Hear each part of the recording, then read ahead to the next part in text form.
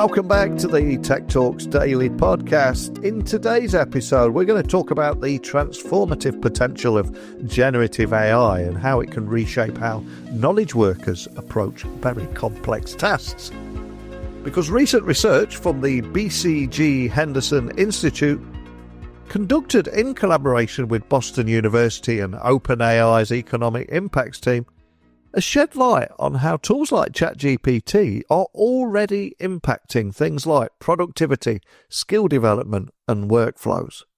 And this comes at a time where there's been a lot of question marks around the ROI of AI and also what tangible or measurable difference AI can have on the workplace. Some businesses have gone headfirst thinking about the technology rather than the problems they want to solve, and that is more to do with why they're not getting the results that they require, in my humble opinion. But I think with a more focused approach in anything from enabling non-experts to tackle coding or predictive modelling to enhancing the capabilities of seasoned professionals, the findings in this report present a fascinating glimpse into a future of AI-powered workplaces. So today I invite you to join me as we try to unpack some of the insights from this report and discuss what they mean for the future of work, talent management, executive strategies, education, so much more. We've got a lot to get through today, so enough scene setting from me. It's time for me to introduce you to today's guest. So a massive warm welcome to the show, Vlad. Can you tell everyone listening a little about who you are and what you do? My name is Vlad Lukic, and I run tech and digital practice at BCG. So my team advises CEOs that want to figure out what should be the technologies they focus on and how to build their roadmaps to deploy them most effectively in their businesses. We also advise CIOs, CTOs, chief digital officers as they are articulating their roadmaps, modernizing their technology, deploying the latest technology like GenAI in their operations. And then we also help various other executives that are trying to deploy tech in their daily lives and in their daily operations. So it's been a fascinating journey the last few years. I bet it has. I mean, we're talking about what technology businesses should be investing in, should be adopting and implementing. Predictably, I would imagine over the last 2 years, there's going to be a lot of conversations around AI. And I've got to ask, I mean, what would you say are the most surprising findings from BCG's experiment on GenAI's impact on consultants' ability to perform data science tasks? Because I was reading about this recently, and I'd love to hear more about the actual results, because another big topic right now is ROI of any technology. So what did you find here? Yeah, so it's interesting. And a little bit of the backdrop. We've taken a control group of the data scientists, then a group of consultants without any background in data science, and then a group of consultants without any background in data science, and given them the GenAI tools to conduct some specific tasks in code writing, doing some predictive analytics, and then doing statistical analysis. And then we tried to compare the results. And what was fascinating was that for those who had no background, right, in data science, they improved their performance dramatically out of the gate by using these tools. What was more surprising was that those who were experienced when given these tools, right, they performed even better because we just thought they're already performing at excellent level. They actually performed even better, right, when these tools were given into their hands. And then the third thing that was, I would say, surprising was think of it as an exoskeleton. When we were done with the study, or done using the tools, if we asked the non-experienced folks to now perform those tasks, right, without using the tools, they couldn't, because it took the exoskeleton away from them. So they didn't learn how to do the work. They just had something that allowed them to do it, right? So it was just, those are, for example, three things that stood out as we did the work. Wow, that's amazing. So if we were to take those individuals that had no prior coding experience at all, how did GenAI enable them to complete complex tasks like, I don't know, predictive modeling or statistical analysis? And if you can share around what it enabled them to do and how it did that? Yeah, so let's say, for example, on code writing, right? If you did not do the code writing before, if I asked you not to write a piece of code, you would have to probably go online, you would go on YouTube, you would look at some of the instructions of how you want to go about writing the code. Here, they could just prompt what they're looking for, right? And they could get the first wave of the code. They could then follow up with questions on how do I deploy it, how do I make it executable, etc. So in a conversational way, they suddenly became able to develop code. Now, what we're also finding, not necessarily in this study, but as it gets extrapolated and we test it in real life, this works really well for straightforward, plain vanilla, down the fairway, pick your favorite expression tasks, where if you are non-coder, you can ask questions and you get code that is pretty well written and can be used. When you get to more complex and exotic tasks that require a bit of fine-tuning of the code, that's where it becomes tricky for a novice, because they will ask for a piece of code that comes in let's say they get 30, 40 lines of code. It's hard for them to even sanity check, is it good or not? This is where more experienced coders, they know how to ask the question, so they chunk it out. They say never more than 3 or 4 lines of codes. They can chunk up the prompts in a way that is easy to sanity check, and then they can string it together, right? And so this is where it becomes, when you combine this study with other observations, some more broader interesting learning start popping up. So the standout thing there really seems to be then it enables anybody to become able and have those skills. But when it comes to refining or retaining skills, it gets a little bit trickier. So what would you say the limitations are of using GenAI for reskilling, and how can organizations better balance those immediate capability gains that we're talking about here with those long-term learning and skill retention that is also desirable on a longer-term basis? Yeah. But before I answer that question, it prompted a thought on one other observation that was very interesting. Those who had coding experience prior to this type of work, their base capabilities and quality at which they were solving all the problems was 20-30% higher than those who didn't have coding background, even if they were asked to do tasks that are unrelated to coding, which was very interesting. So to your question, there is one piece, which is as you're hiring people for these in this new world, right, where we need constant upskilling and learning, looking for people with coding background actually matters quite a bit, because they actually have in their skill set ability to try new things and base load of knowledge on top of which they can build to use some of these new tools. So that's kind of one interesting observation. In terms of like, in addition to like getting the right people in, once you have them in, the limitations of the GenAI is don't automate all of it, right? It really should be viewed as a co-pilot, as an aid, as a support. I mentioned word exoskeleton, as something that makes you actually be more effective in the tasks that you're doing, right? And as you're thinking about upskilling the organization, you just need to be aware of the limitations and that it is a tool that can aid, right? And therefore, be aware of the limitations. 2, understand the whole workflow, right? And understand where that aid can be helpful, and don't automate those steps, right? So you can actually use it to speed up the idea generation. You can use it to speed up the first drafts of the documents, of the code, etc. But then you got to design in the process experienced people that can quickly sanity check, right? So that's kind of, I would say, second observation. The third one is anthropologist in me is like loving it for the last 9 months, because there's a lot of these little lessons on how do you manage your teams and how do people interact, right? So the third lesson there is have the experienced folks in the workflows, and we call it force purposeful toil into the steps, right? So one of the taglines we use is GenAI is great to eliminate toil out of the work, right? The things that we don't want to do, you can use GenAI for. But we're learning you got to force purposeful toil in there, where you force some steps and reviews for the less experienced folks. So they learn how to sanity check things, and they learn, and you help them build intuition, how to even go about answering some of the questions. So for that means, like in this example of coding, don't allow the juniors to do more than 6 lines of code using GenAI. Don't just prompt and then you get 50 lines of code that you cannot unravel or sanity check. So you force them then to, when they have 30 lines of code to engage with their manager, right? To see how it comes together. So you can force some of the interventions inside so that you can retain some of the knowledge and build some of the intuition for those non-experienced folks. Does that resonate? Does that make sense? Yeah, completely. And I think you used the right words there: co-pilot, collaborate, support.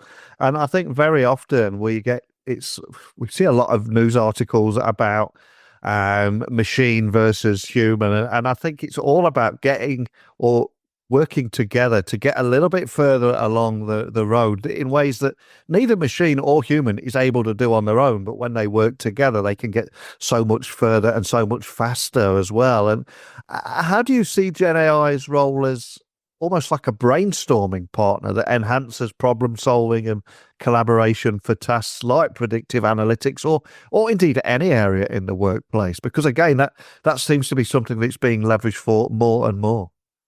Yeah, it's fantastic for those types of tasks, right? To give me a first wave of ideas for the following thing, right? And I did a mini experiment with my own teams where, let's say, we would get like 50 or more interviews on a specific topic, and then I would have my individuals give me the summary of them, right? Or key themes, give me top 2-3 themes, right? And I would take it from 5 different individuals.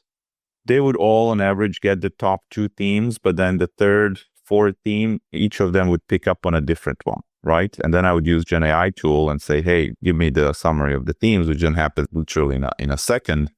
It would usually give me the most comprehensive list. So I would then get 5 things that are actually all there, right? That were mentioned by all the individuals, but each individual got only 2 of them there. The tool actually picked up on most of those themes, right? And then I went and did my own research or reread through the materials. I actually picked up on 1 or 2 things that are very nuanced things that none of them could pick it up. They were not spoken. It was actually combo of the things. So this is where, like to build off of the previous examples, the GenAI tool gave me the most comprehensive list up front to get started with, but both them and inexperienced folks didn't pick up on the nuances and connective tissue between the things. So there's still work for the experienced folks to then connect the dots and add items 6 and 7 into the lists, right? And so this is where the combo needs to be in place. Yeah, well, I think I was reading on Reddit a few weeks ago. There's a Telegram group out there where people are using it to turn their ideas into businesses. And there was a number of them there that were using GenAI to generate their business idea or expand on their business idea. And then let's say it was a t-shirt company, then it was what kind of t-shirts. It told them what t-shirts to make, how to get them made, where to get them made, how to build the website, how to market the idea. It just brings to life that almost co-pilot theme that we're talking about here. And you can bring anything to life if you bounce ideas and use it to brainstorm, right? Yeah, it's so I have 3 kids, and so you can imagine conversations they're all under 18, so you can imagine conversations can get wide-ranging, but it became such a wonderful co-pilot for us. I call it the 6th member of the family when the kids are like, oh, look at that ice cream stand. Like, I wonder, like, would that be an interesting business to run? And like, can one even make money? And then we were like, okay, so if I'm to run an ice cream stand in Boston Common, what should I expect of it as a business, both in terms of margin that I could make and overall dynamics? Enter. And then it gives me like, listen, given you're in Boston, you probably have only 3 months in the summer. If you're in Boston Common, that means blah, blah, blah. If you have one stand, you're probably limited to this amount of ice cream on a daily basis. Therefore, da, da, da, da, da. If you price it on these levels, da, da, da, da, da. So suddenly tells me, hey, the margin you can expect from a stand like this is $500 on a daily basis over this period. You also need to keep in mind your CapEx investments. It gave me a whole business case up front. My kids looked at it like, oof, this is a hard business to run. On the flip side, the other one said, well, what if I have 100 of these? Well, suddenly it's an interesting business to run. But then, so it became an aid to have that conversation quickly with the kids on a pretty complex topics, right? On like running a business, right? And so just to bring to life, Neil, your point, like it is just such a wonderful aid, right? And a thought partner in a lot of these things, right? And if you have a bit of intuition and know how to sanity check it, it helps you speed up a lot of those things. 100% with you. And I love that. I mean, just getting your kids to think bigger and think about how to run a business and different ideas just from observing something in the street there. And I've seen so many other ideas as well, planning trips, family holidays. You can literally say, I want to go to this location. Where should I stay? What sightseeing trip should I do? What are the best restaurants? And then export it straight to a PowerPoint presentation to show your family. The opportunities are endless around that. So anybody that is sat on the fence, I do encourage them just to go out there and have a play with it. And it's the best way of getting to grips with it. But I mean, bring it back into the workplace. What implications do your experiments' results have for refining expertise and talent management strategies within their organizations? Anything you can share around what you found there?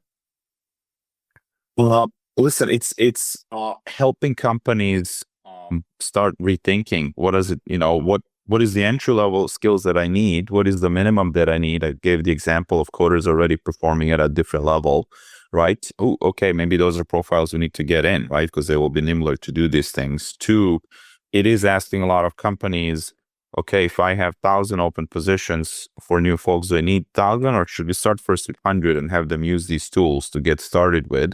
And then we can think about it differently. It's also interesting to me, there was a lot of fear up front in the early days. Hey, will AI take over the humans, right? And there will be no jobs, etc. Job growth is up, right? And when I engage with our clients, the earliest adopters and those that are actually deploying it with best results are all with the growth mindset. They're like, I cannot physically keep growing at the pace we would like to if I have to add human for all the role that we have.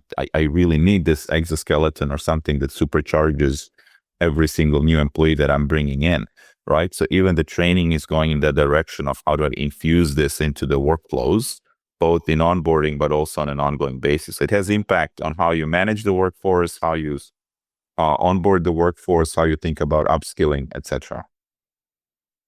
And for anybody listening that is concerned around that ROI of AI, or how does it work in my workplace? How can I use it to make a tangible and measurable difference in my workplace and refine processes, etc.?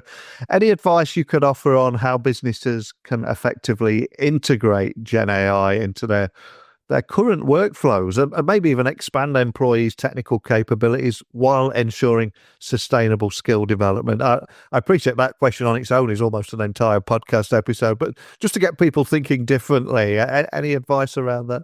Yeah, so listen, first I would say make it available, right, in a safe, responsible way with proper guardrails, etc. But make it available to your employees to use it, right? Because it's there. And what I'm finding out is if you're not making it available, they use it themselves. Then they just use it in an irresponsible way on their private devices, giving your data out, etc. So you cannot avoid that. So just make sure that it's accessible. They can have access to these tools. Two, do know where they end up freeing up the time, and then have explicit conversations of how to redeploy that time, right? Versus that they just fill it up with extra other busy work, right? And so great examples for that for me are there are some tasks where people do them now in a day versus a whole week, right? They finish it and then they're waiting because like there's no task until next week, but they have no one to have that conversation with around what do I use the time for? So they just stretch it around. And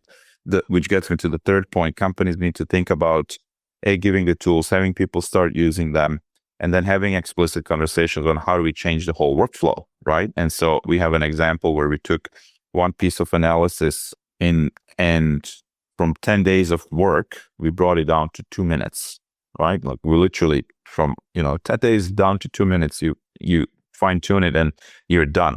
But the customer gets output of that still only after 10 or 11 days, right? So we just talk with the team and say, what is going on?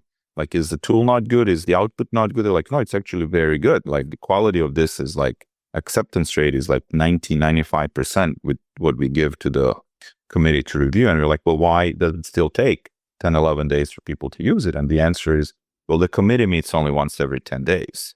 So we cannot even review this earlier. So, okay, but why is the committee even in the place? Or because the quality that was coming in before was, we accepted only 20, 30% of it when humans did it. It was really poor quality. So they had to review it and send it back in the process. And so So the quality is now 90% plus.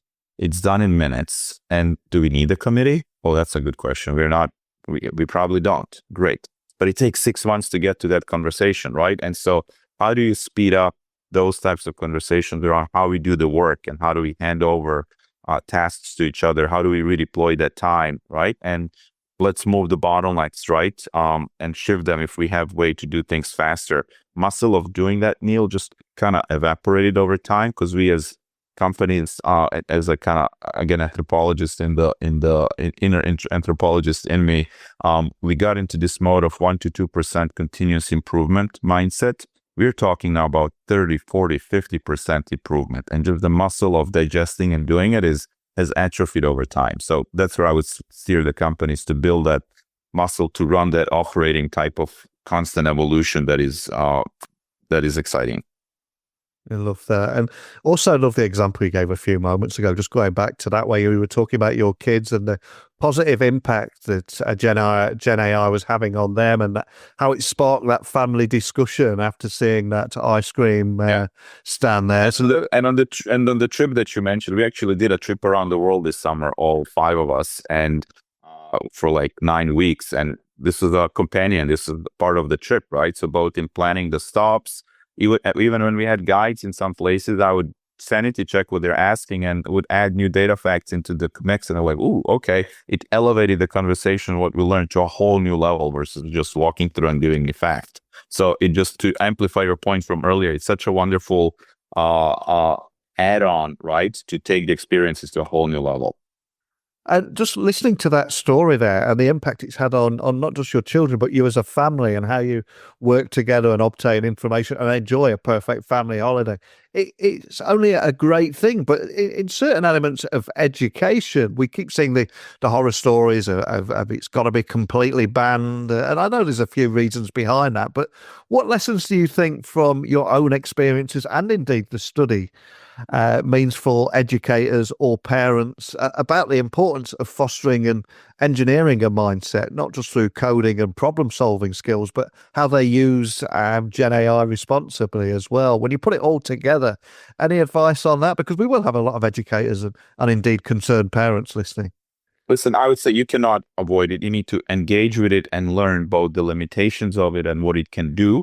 And then also you need to not use it in some areas where you need to build intuition, right? For some people, for folks to do the raw thinking skills. So like you triggered a funny anecdote with that question, which is I was at a dinner with educators, with a few English teachers, and just listening to them. One was saying, we have to ban all this because this is silly. Kids write these essays on these things, and I can see that it was written by someone else or by the machine, right? So we just got to ban it. The second one was, you know what, we cannot ban it, but I'm using this to, I'm building my workflows to assess things that come in. So I'm using it to now assess who did it by hand versus who actually used the tool, etc. So it's okay, let them use it, but I will use the tools to prevent them, right? The third one was saying, well, they're going to use it anyway, so I'm telling them use it, but then write 4 essays and then use it and then please analyze those essays and write to me what's the difference between them so that I force them to think about it. And it kept going on. Everybody had a variation on a theme. And then it came to the last one. I have no idea what you're all talking about. Like, I just give them a piece of paper and a pen and say, write the essay. Right? It's like, oh, okay. So, like, there is so many different ways to think about it, right? And like, if I need you to learn some tasks, right, I can mechanically just give you a piece of paper and a pencil, or I can replicate that in a conversation. If I have the technology there and you're going to be using it, then I better be playful with it and have you learn about it so we can jointly decide what the limitations are and how do you interpret the outcomes, how to build the intuition around it. So, like,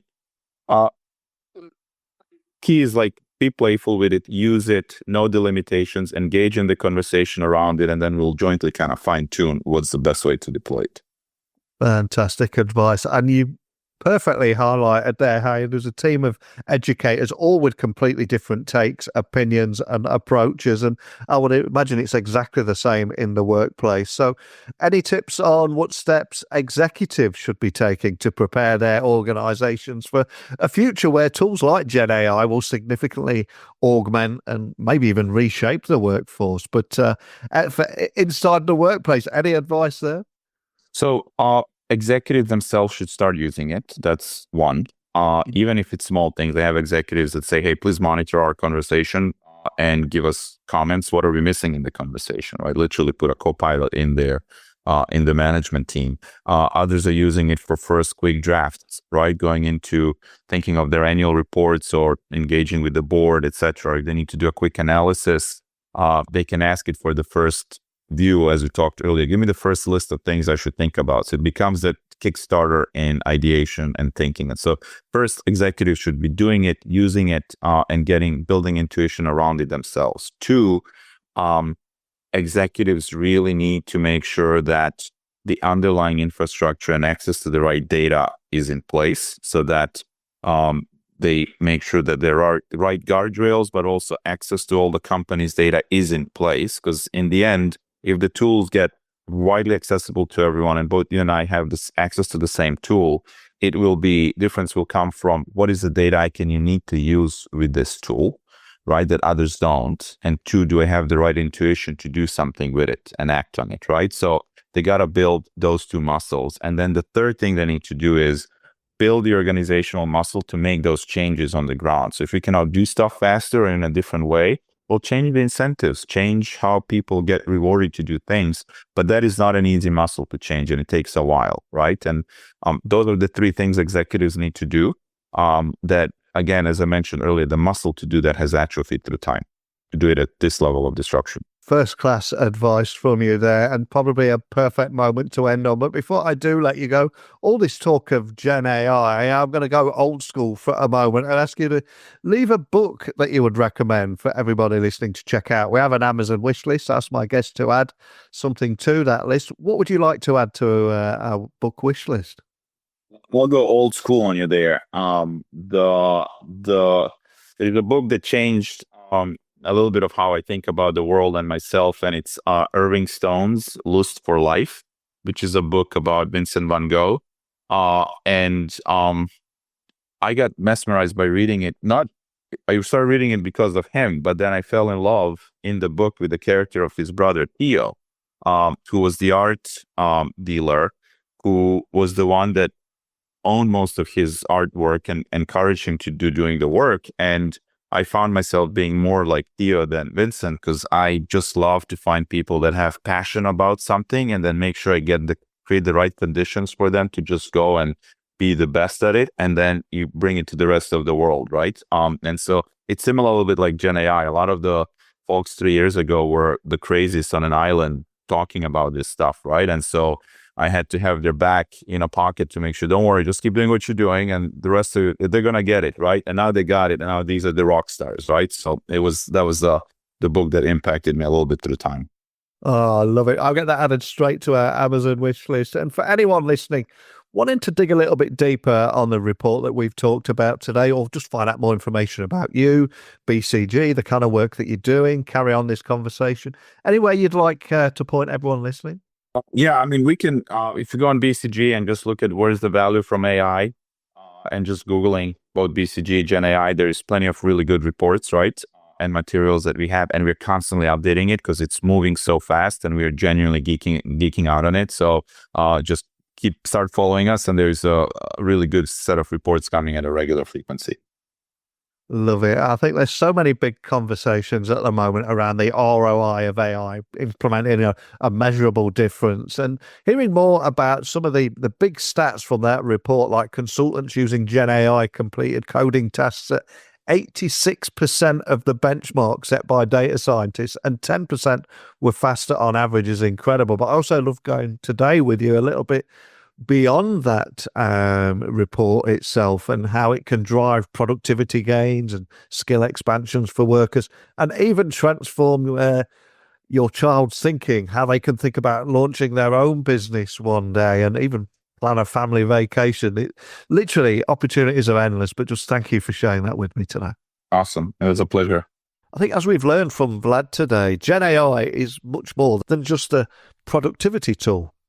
It's a game changer for knowledge work, offering unprecedented opportunities to rethink workflows, develop new skills, accelerate innovation, even generate business ideas or plan the perfect family vacation. But yes, as with any transformative technology, the challenge lies in striking that right balance between immediate gains and sustainable skill building. And understanding the limitations of this technology is equally as critical too. But what are your thoughts on integrating AI into your workflows? How are you leveraging it to shape your industry? I get a lot of emails from business leaders that are unsure on what they should be doing or what problems they should be fixing, how they could be leveraging this technology. And the plan for this podcast has always been share ideas together. Let's just use this as a big brainstorming session as well. We can share them out there. We can all learn from each other. I know myself and Vlad are going to be staying in touch. As he said at the end of our conversation, let's keep each other sharp by learning from each other. And I encourage you to join that too. So please email me, techblogwriter@outlook.com, LinkedIn, Instagram, X, @NeilC.Hughes. Let me know. But thank you for tuning in to Tech Talks Daily today. Until next time, stay curious, stay inspired, maybe even think about coming back and joining me again tomorrow. Hopefully speak to you then. Bye for now.